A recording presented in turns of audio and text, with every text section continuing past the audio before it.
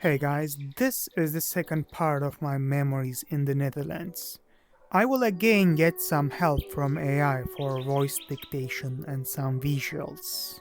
And without further ado, let's continue. In the first part, I spent some time in Amsterdam, and then it was time for me to go to Maastricht. The train I took to get there was Massive. massive. I still haven't seen a bigger one. It had two floors and felt like a huge, modern, moving apartment complex made of steel. It always stuck in my mind as a contrast to the nature abundant, simple vibe of the country, signaling that, when needed, they were ready to bring industrialization to the table. I was staying in my second hostel in Maastricht, mainly to sort out my residence permit, which was my main priority at the time for that city. Maastricht felt different from Amsterdam, quieter, slower, more like a student town than a bustling travel hub. I felt like there was nothing exciting about it. Besides, despite its miniature size, there were too many unpleasant concrete roads built for cars. The only good thing about Maastricht was that it was a student city. At that time, I was attending school online, which gave me some flexibility. I even began considering moving back to Amsterdam as soon as possible. Although everything was online, we were able to meet in the city as exchange students.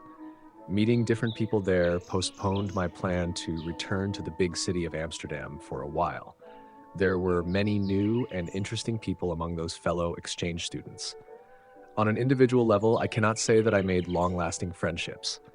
However, on a group level, I found a chance to experience the complete demography of Europe. My best friends among those people were Italians. They were very inclusive and sincere in every sense, even after some time had passed and naturally everyone returned to their own country groups. I definitely felt the Mediterranean cultural proximity there. As there was some time until my residence permit appointment, I started to go around Maastricht with my bike. The bike was given by the hostel for free, by the way. Amazing, wasn't it?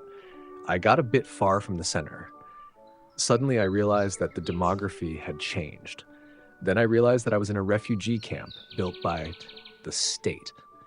I was surprised by the quality of the refugee camps. They were well maintained, and refugees were supported with new bicycles and other assistance to help them integrate into life here. That was striking to me. It wasn't just about shelter. There was a dignity and structure to the way they were cared for. Compared to other countries and their immigrants, immigrants in the Netherlands were very lucky. That's mostly because the country did not have to deal with too many immigrants. Other bigger states, which are geographically less fortunate in terms of the negative effects of immigration, handle the majority of them, including France, Italy, Germany, and Turkey. The more I met fellow exchange students from different countries there, the better I understood that there are large nations in Europe and smaller, culturally proximate parts of them. I began to understand more clearly what a nation is and how influential its cultural impact can be on a region.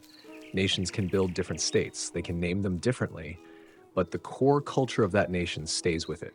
I realized this clearly after I learned that Belgium speaks French and that Dutch is a close derivative of German, and the states, countries of Germany and Turkey, are less than 100 years old. Another thing I noticed when I talked to many different people, there was how one's mother language reflects their culture in subtle ways, even when speaking English as a common language. I remember observing how different nationalities use filler sounds in their speech, little linguistic pauses that seem to carry their own personality. Turkish speakers use the sound Americans use and the French use I have to admit, nothing amused me more than listening to French people speaking English. That sound kills me every time. Even thinking about it makes me laugh. A more everyday observation was about yogurt. I had never paid much attention to it before, but I discovered a clear difference between Turkish and Greek yogurt as they were named and sold in Dutch supermarkets. In Turkey, we just know it as yogurt, without any adjective, as it is native to us.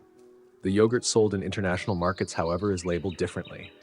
According to their categorization, Turkish yogurt is thicker and denser. Greek yogurt, on the other hand, is thinner, more like a typical yogurt we eat in Turkey.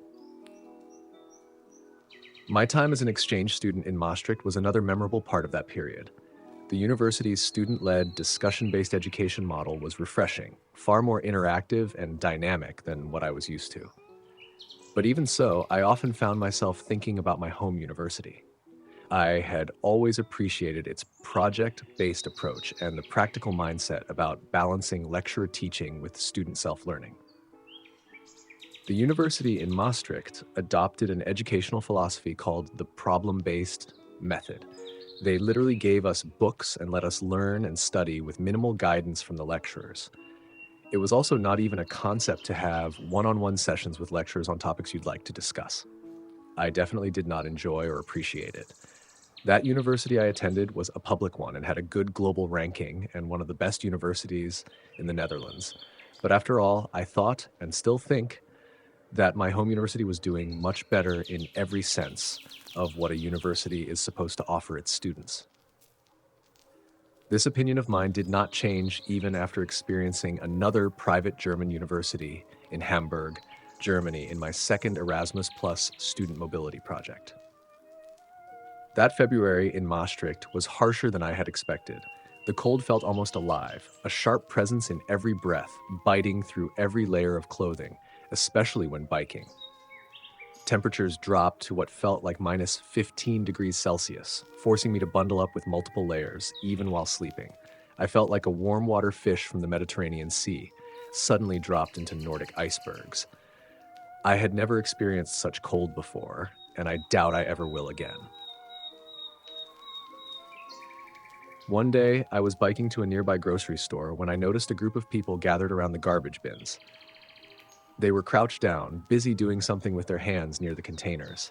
At first, I assumed they were homeless people looking for something valuable in the trash, but their clothes were too clean for that, and there were too many of them. As I got closer, I realized they were actually separating their own garbage next to the bins. I was shocked by the level of dedication they showed in perfecting their recycling.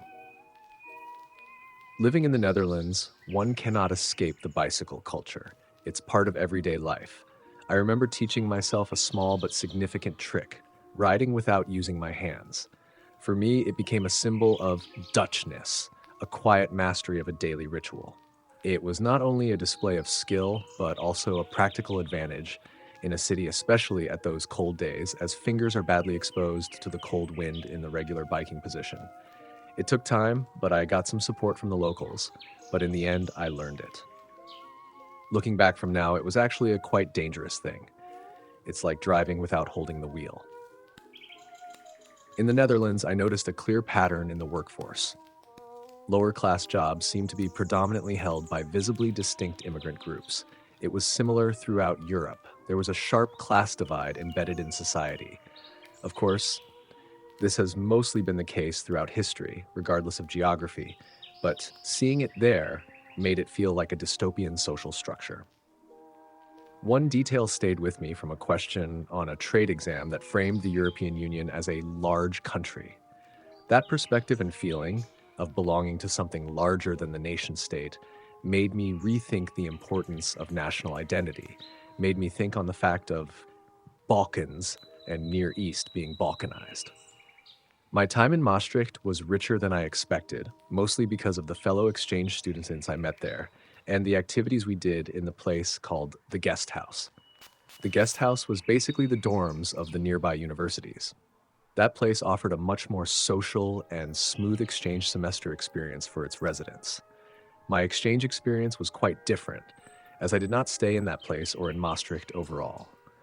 After I had spent some time in Maastricht, even more than I expected, I was thinking of going back to Amsterdam soon. I had already farewelled all my friends there, but I had not yet decided exactly when. Maybe the next day, maybe later in the week. Then one morning, I suddenly decided to depart that day. I was even surprised to find myself on the train going to Amsterdam. It made me feel both good and bad at the same time.